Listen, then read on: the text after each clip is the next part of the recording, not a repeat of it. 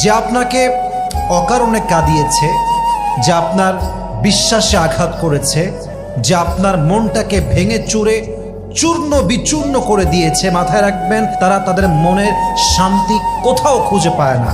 এটা হচ্ছে ন্যাচার। আপনি কারো মন ভাঙবেন আর আপনি আজীবন সুখে থাকবেন, ইটস নট নেচার। ন্যাচারটা হচ্ছে এইরকম, আপনি কারো মন ভাঙবেন, আপনার মন কেউ ভাঙবে। আপনি কারো বিশ্বাস নিয়ে খেলবেন, কেউ আপনার বিশ্বাস নিয়ে খেলবে। কাউকে কষ্ট দেওয়ার পূর্বে হাজারবার ভাববেন এই কষ্ট আজকে আপনি দিবেন, আজকে বিশ্বাস নিয়ে খেলবেন, আজ কারো মন ভাঙবেন, আপনি আগামীকাল কবরের বাসিন্দা হয়ে যাবেন। কিন্তু ওই বান্দা যদি আপনার কষ্ট পেয়ে কেড়ে যায়, কষ্ট পেয়ে মন ভেঙে যায়, আপনাকে মাফ না করে, আপনার কবরের সমস্ত আযাব মাফ হয়ে গেল। এই আযাবটা যতক্ষণ পর্যন্ত সে মাফ না করবে, এটা কোশ্চেন কালেও ক্ষমা হবে না। ঠিক কিনা বলেন?